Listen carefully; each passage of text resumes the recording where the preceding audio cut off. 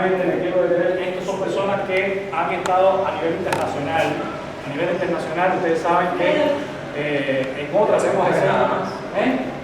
Dice ella, son mujeres nada más. No, hay otras mujeres en la otra página.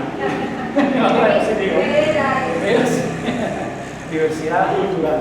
¿Y de qué países son?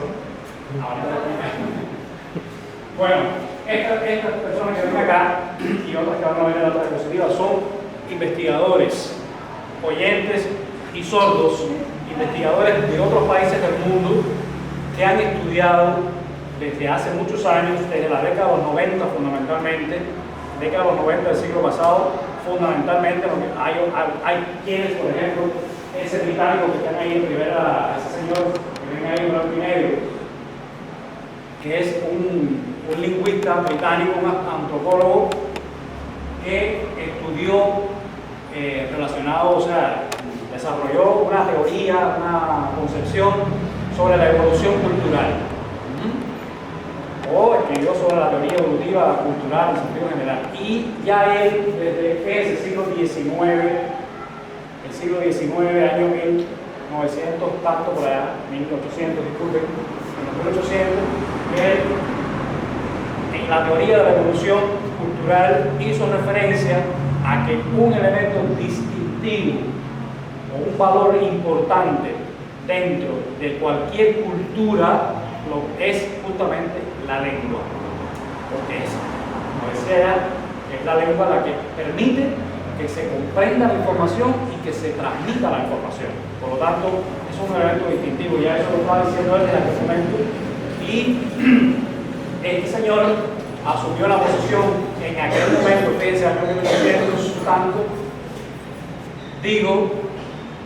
hizo referencia a lo distintivo que él veía y el valor que él veía en esa forma de comunicación natural que tenían las personas sordas. E hizo una pequeña valoración ya con respecto a la importancia que tenía el hecho de conocer, de estudiar esa forma de comunicación natural. Y le atribuyó, le dio un valor a eso. Valor que después, a finales de ese mismo siglo, en el año 1880, como todos sabemos, o debemos saber, tuvo lugar entonces un congreso importante de maestros de sordos en Italia, y allí todas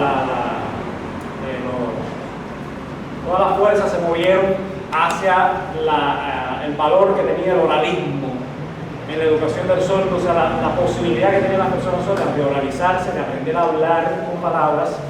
Y justamente en ese año 1880, pues prácticamente es cuando se comienza oficialmente a prohibir el uso de la lengua de señas en la educación, fundamentalmente de los niños sordos, y comienza a tomar auge la tendencia oralista, o sea, la enseñanza de la lengua hablada a nivel internacional.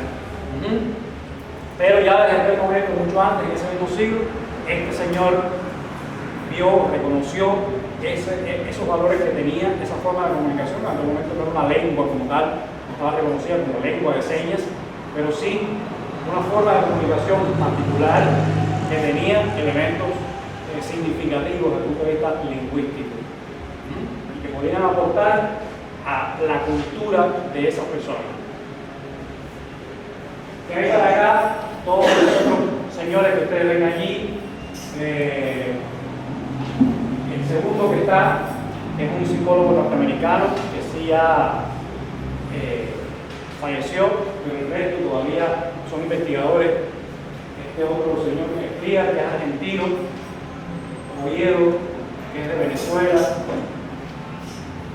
Salamanca Salucci, que es de Chile, son investigadores que en la actualidad siguen estudiando haciendo estudios relacionados con las lenguas de señas, con la identidad sorda, la cultura sorda de las diferentes comunidades sordas del mundo, particularmente en sus países. Este señor que dije que ya había fallecido, norteamericano psicólogo, hizo referencia, hizo estudios importantes en relación con las comunidades sordas como minorías étnicas. distinguió el hecho de que las comunidades sordas constituían minorías étnicas que tenían sus propios valores auténticos. Y escribió sobre eso, profundizó, investigó, hizo grandes aportes a lo que es la lengua, los valores de la lengua y de la cultura de las comunidades sordas, específicamente la comunidad sorda norteamericana.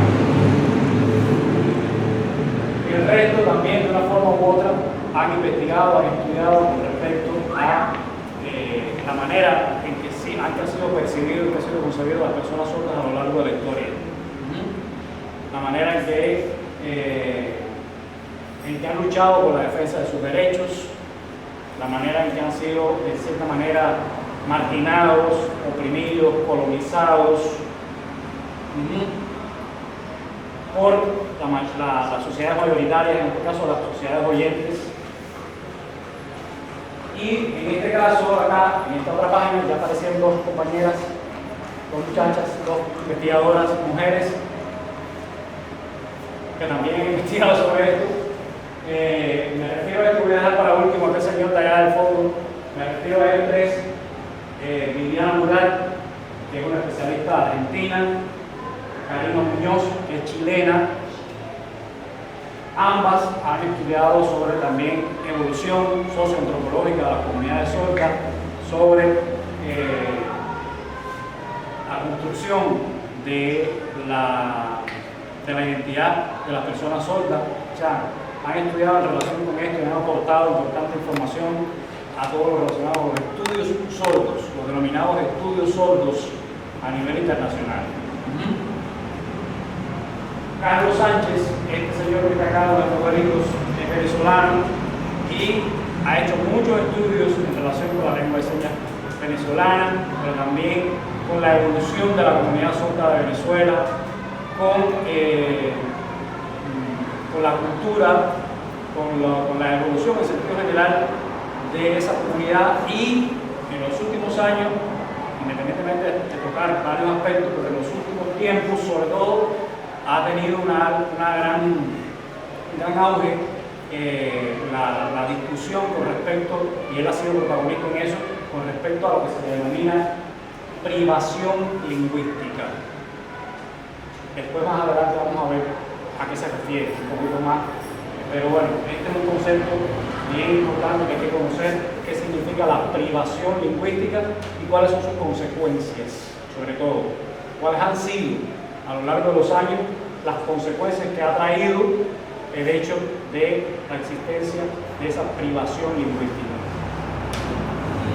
Me decía que allá iba a dejar de último a este señor que está allá al fondo, que se llama Paddy Ladd. Es un investigador sordo profundo del Reino Unido, de Gran Bretaña. Es profesor, es conferencista, profesor universitario, conferencista, historiador, es defensor de los valores y los derechos de las personas sordas a nivel internacional, fundamentalmente en su país. Es escritor, ha hecho productor de programas de televisión, o sea, tiene un currículo enorme, una persona muy reconocida dentro de las comunidades sordas a nivel internacional, colaboró en la Federación Mundial de Sordos y dentro del gremio de los investigadores, los científicos también, no solamente sordos, sino oyentes también. Paddy Ladd escribió ese libro que ustedes ven allí, ese libro que se llama Entendiendo la cultura sorda. En ese libro que escribió en el año 2003, él por primera vez introduce un concepto muy importante que se conoce como, llevado al español, se traduce como sordidad. Sordidad o sorditud. Es un concepto que... Tú dijiste sordidad, yo dije sorditud, dijiste o sorditud, digo, bueno, sordidad. Bueno,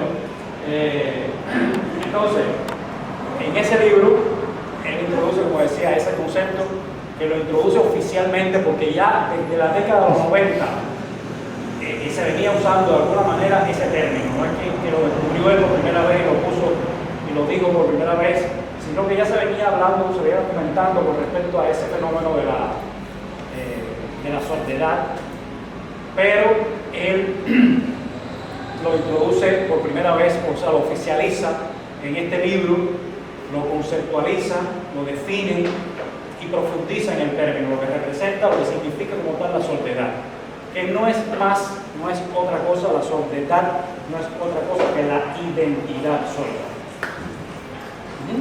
O sea, el hecho de ser sordo y reconocer mis propios valores como persona sorda. Eso es lo que representa la sordidad. Que está en contraposición con la palabra sordera. O sea, sordera es visto como un fenómeno desde otra perspectiva con respecto a la sordidad.